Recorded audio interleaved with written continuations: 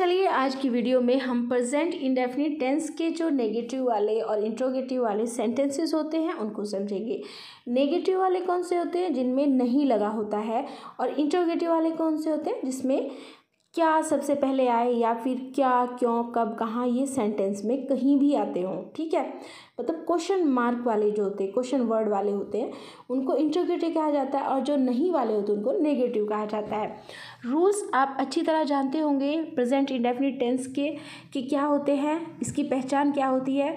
अगर नहीं जानते तो चलिए शॉर्टली करके मैं आपको बता देती हूँ कि प्रेजेंट इंडेफिनिट टेंस की जो पहचान होती है उसके लास्ट में ता, ते, ती लगे होते हैं, या फिर जो भी इसका सब्जेक्ट होता है उसकी कुछ करने की आदत उस सेंटेंस में शो हो रही होती हो, या फिर रिपीटेड एक्शन, कोई भी काम वर्तमान काल में रिपीट हो रहा होता है।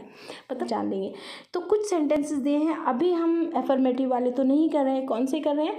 इंट्रोगेटिव और नेगेटिव वाले, जिसमें नहीं और क्या, क्यों, कब, कहाँ और क्या आता है, वो वाले कर रहे हैं। तो चलिए जो इंट्रोगेटिव वाले होते हैं वो सबसे पहले आप नेगेटिव वाले समझ लीजिए, इंट्रोगेटिव नहीं बात है। तो इसका स्ट्रक्चर कैसे बनेगा? जैसे पहले सब्जेक्ट आएगा, फिर उसके बाद क्या आएगा? डू या डज आएगा। ये किसके हिसाब से आएगा? सब्जेक्ट के हिसाब से आएगा। जो भी सब्जेक्ट होगा मैंने आपको बताया है, अगर आपको नहीं पता है तो फिर से समझ लीजिए। जो प्रेजेंट इंडेफिनिट टेंस के जो सेंटेंसेस होते हैं उसमें ही, शी, इट हो अगर, या फिर सिंगुलर सब्जेक्ट, आप ऐसे समझ लीजिए कि सिंगुलर अगर सब्जेक्ट हो तो उसमें क्या आता है? इंट्रोगेटिव वालों में डज का यूज़ करते हैं और आई वी यू दे के साथ डू का यूज़ करते हैं। ठीक है। और अगर सिंपल वाले सेंटेंस हो वहाँ पर सिंगुलर सब्जेक्ट के साथ वर्ब की फर्स्ट फॉर्म में एस या एस लगा देते हैं, और प्लूरल के साथ कुछ भी नहीं लगाते, सिर्फ वर्ब की फर्स्ट फॉर्म लिखते हैं। लेकिन अभी हम जिक्र कर रहे हैं कि हम इंट्रोगेटिव या नेगेटिव सेंटेंस को कैसे बनाएं। अगर नेगेटिव सेंटेंस हम बनाने चल रहे हैं तो उसमें हमें क्या ध्यान रखना है कि अगर subject I we you they वाला हो तो डू का यूज़ करेंगे, और अगर सब्जेक्ट ही, शी, इट वाला हो तो डज का यूज़ करेंगे। उसके बाद नॉट आएगा, फिर वर्ब की फर्स्ट फॉर्म आएगी, फिर ऑब्जेक्ट आएगा, फिर अदर वर्ड्स आएंगे जो भी दूसरे। इसको कैसे करेंगे? जैसे राम पत्र नहीं लिखता, Ram does not write a letter, ऐसे आ जाएगा। राम सब्जेक्ट है, सबसे पहला आया, क्योंकि ये सिंगुलर सब्जेक्ट है इसलिए डज आया। ठीक है, फिर नॉट आ गया, फिर लिखने की इंग्लिश आ गई, फिर लेटर ऑब्जेक्ट। ठीक है, उसके बाद ऑब्जेक्ट आ गया। दूसरा एग्जाम्पल देखिए, वह गाली नहीं देता है, वह भी सिंगुलर सब्जेक्ट है तो इसमें भी डज आएगा।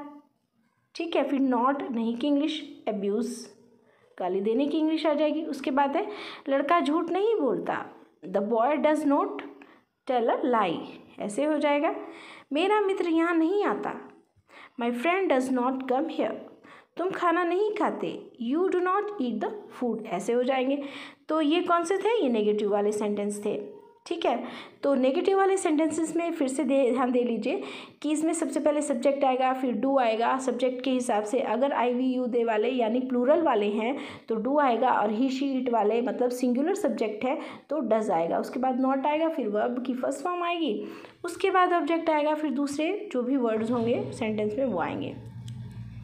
नेक्स्ट है, अब देख लीजिए वो वाले सेंटेंस जो कि इंट्रोगेटिव होते हैं वो कैसे बनते हैं। इंट्रोगेटिव यानी प्रश्नवाचक, मतलब जिसमें कोई क्वेश्चन किया जा रहा हो। इंट्रोगेटिव कौन से होते हैं? जिसमें कोई क्वेश्चन किया जा रहा हो, जैसे जिसके स्टार्टिंग में क्या आ रहा हो, या फिर कुछ ऐसे होते हैं, दो टाइप के होते हैं। एक तो वो वाले होते हैं जिनमें स्टार्टिंग में ही क्या होता है, एक वो वाले होते हैं जिसमें बीच में क्या आता हो, या फिर जिनमें क्यों, कब, कहाँ, कैसे, इस तरह के वर्ड्स यूज़ हो रहे होते हैं सेंटेंस में। तो ये दो टाइप के हुए। तो जिनके स्टार्टिंग में क्या होता है उसको कैसे करेंगे? उसमें हम जो प्लूरल सब्जेक्ट होंगे उसमें सबसे पहले प्लूरल वाला अगर सब्जेक्ट हो तो डू को सबसे पहले रखेंगे। जैसे आई वी यू दे वाला है तो हम क्या के लिए डू को रखेंगे। ठीक है, किसे रखेंगे? डू को रखेंगे। क्या के लिए? डू यू रीड, क्या तुम पढ़ते हो। क्या वे खेलते हैं। ठीक है, डू दे प्ले, मैंने बताया है आपको आई वी यू दे के साथ डू को सबसे पहले रखेंगे। ठीक है, और अगर ही, शी, इट हो तो डज को सबसे पहले रखेंगे। अब देख लीजिए यहाँ ये सारे डू के एग्जाम्पल है, नीचे एक लास्ट में डज का है, क्या वह खेलता है। ये सारे तो प्लूरल थे, सब्जेक्ट डू वाले थे। ठीक है। ये क्या है, ये सिंगुलर सब्जेक्ट का एग्जाम्पल है, तो यहाँ पर डज को सबसे पहले रखा गया है, डज ही वॉक, ऐसे हो गया। नेक्स्ट है दूसरे वाले, जो एक और दूसरे टाइप के, दो टाइप के होते हैं मैंने आपको बताया है। एक टाइप तो वो जो कि सबसे पहले क्या आता है, दूसरा टाइप वो जिनमें बीच में क्या आ जाता हो, जैसे यहाँ आ रहा है बीच में क्या, वह क्या करता है, ऐसे आ रहा है। या फिर जिसमें कहाँ, क्यों, किसे, कब, इस तरह के जो वर्ड्स होते हैं जिन सेंटेंसेस में, तो वो कैसे बनते हैं, उनका इस तरह वो ऐसे बनते हैं। देख लीजिए, सबसे पहले क्वेश्चन वर्ड आएगा, जो भी क्वेश्चन वर्ड है, जैसे क्यों, कब, कहाँ, सबसे पहले उसकी इंग्लिश रख देंगे। उसके बाद जो भी हमारा सब्जेक्ट होगा, अगर सब्जेक्ट है आई, वी, यू, दे, प्लूरल वाला, तो डू को सबसे पहले रखेंगे। ठीक है, कैसे, सबसे पहले नहीं, क्वेश्चन वर्ड के बाद। ठीक है, सबसे पहले क्वेश्चन वर्ड आ गया, फिर सब्जेक्ट अगर हमारा आई, वी, यू, दे, या फिर कोई भी प्लूरल, वो प्लूरल आप समझते हैं बहुत सारे वाला, ठीक है, उसमें डू को लिखेंगे इसके बाद, क्वेश्चन वर्ड के बाद।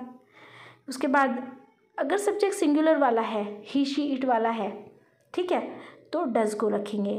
या फिर किसी का नाम है, कोई एक पर्सन है, तो डज को रखेंगे। फिर सब्जेक्ट आएगा, फिर वर्ब की फर्स्ट फॉर्म आएगी, उसके बाद ऑब्जेक्ट आएगा, फिर अदर वर्ड्स, दूसरे वर्ड्स आ जाएंगे, दूसरे शब्द आ जाएंगे। तो यहाँ कुछ एग्जांपल्स दिए हैं, अगर आपको क्लियर नहीं हो तो फिर से बता देती हूँ। तो इसमें क्या है कि सबसे पहले क्वेश्चन वर्ड आएगा, क्यों है तो वाई की इंग्लिश सबसे पहले आ जाएगी, और अगर वहाँ पर सब्जेक्ट यू वाला है तो डू लिखेंगे, अगर सब्जेक्ट ही वाला है तो डज लिखेंगे, ऐसे भी आप इसे समझ सकते हैं। ठीक है, इसके बाद क्वेश्चन वर्ड के बाद फिर सब्जेक्ट आएगा, फिर वर्ब आएगी, जो भी काम किया जा रहा हो उस सेंटेंस में वर्ब की इंग्लिश आएगी। ठीक है, फर्स्ट फॉर्म आएगी, उसमें SEIS कुछ भी नहीं लगेगा, ये ध्यान रखना है आपको। इंट्रोगेटिव और नेगेटिव सेंटेंसेस जो होते हैं उसमें SEIS नहीं लगता, चाहे वो ही, शी, इट वाले हो, चाहे वो आई, वी, यू, दे वालों में तो लगता ही नहीं, लेकिन ही, शी, इट वालों में भी नहीं लगता।